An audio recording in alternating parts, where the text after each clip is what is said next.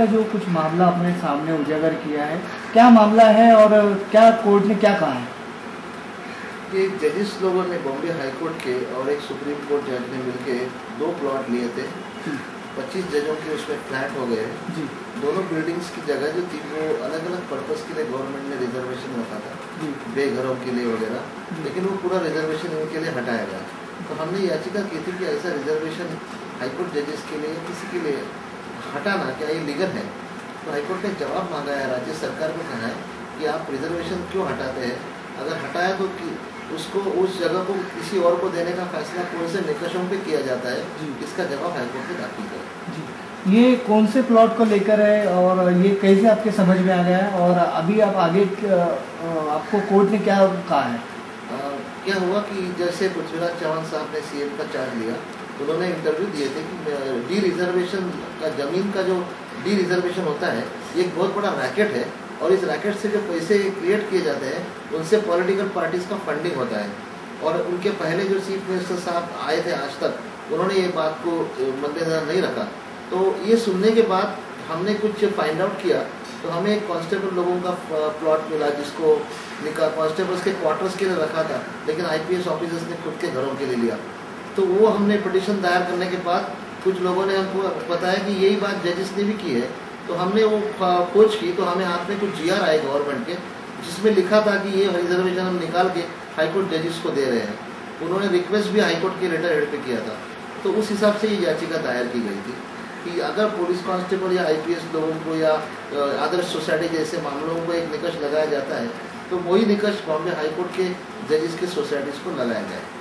ये कौन सा प्लॉट है, कौन से एरिया का है? इसका नाम है न्याय सागर हाउसिंग सोसाइटी, जो बांद्रा कुर्ला कॉम्प्लेक्स में कलेक्टर ऑफिस से नजदीक है, और दूसरी है सिद्धांत सोसाइटी जो न्याय सागर से 2 मिनट दूरी पे है। ये दोनों प्लॉट्स बेघरों के लिए रखे गए थे।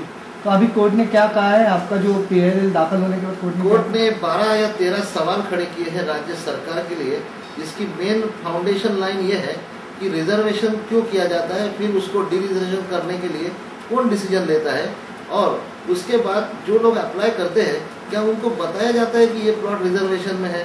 क्या बॉम्बे हाईकोर्ट के जजेस को ये बताया गया था? अगर बताया गया था तो रिजर्वेशन हटाने के लिए चीफ जस्टिस का परमिशन चाहिए, क्योंकि वो जजेस चीफ जस्टिस को रिपोर्ट करते हैं। क्या उनकी परमिशन ली गई थी? फिर ये ब्लॉक भाड़े पे दिए गए हैं, 3-4 लाख 5 लाख रुपए महीने का भाड़ा जजेस को मिल रहा है, वो वहाँ रहते नहीं है। तो हाईकोर्ट ने बोला कि अगर कोई फैमिली मेंबर वहाँ रहता नहीं है तो क्या गवर्नमेंट भाड़ा नहीं कमा सकती है, जजेस क्यों कमा रहे हैं? ये सब सवालों के जवाब सरकार से उन्होंने 3 हफ्ते में मांगे। जी। और ये जो जजेस हैं ये कहाँ के जजेस हैं? ये खाली केवल महाराष्ट्र के? ये बॉम्बे हाईकोर्ट के जजेस है, जिसमें जो 21 सिटिंग जजेस हैं और 2 रिटायर्ड जजेस हैं, उसमें से एक पालेकर साहब दिवंगत हो गए, एक कलकत्ता हाईकोर्ट के जज चीफ जस्टिस है वेस्ट बंगाल के जयंत पटेल साहब, एक उत्तर प्रदेश के चीफ जस्टिस एफ.आई. रिवेलो साहब जो पहले बॉम्बे में थे, और सुप्रीम कोर्ट के जस्टिस लोधा साहब हैं।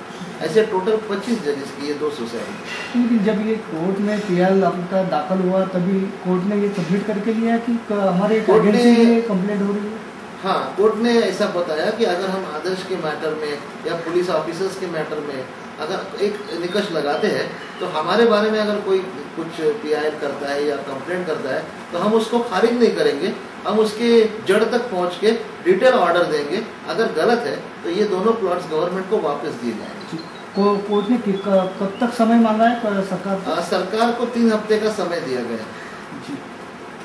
अकेला पिटीशन किया है, दूसरा एक पीआईएल दाखिल हुआ जिन्होंने आरटीआई में काफी कुछ काम किया इस मैटर के ऊपर, नितिन देशपांडे के समाज, उनको हमारे साथ कंबाइन किया गया।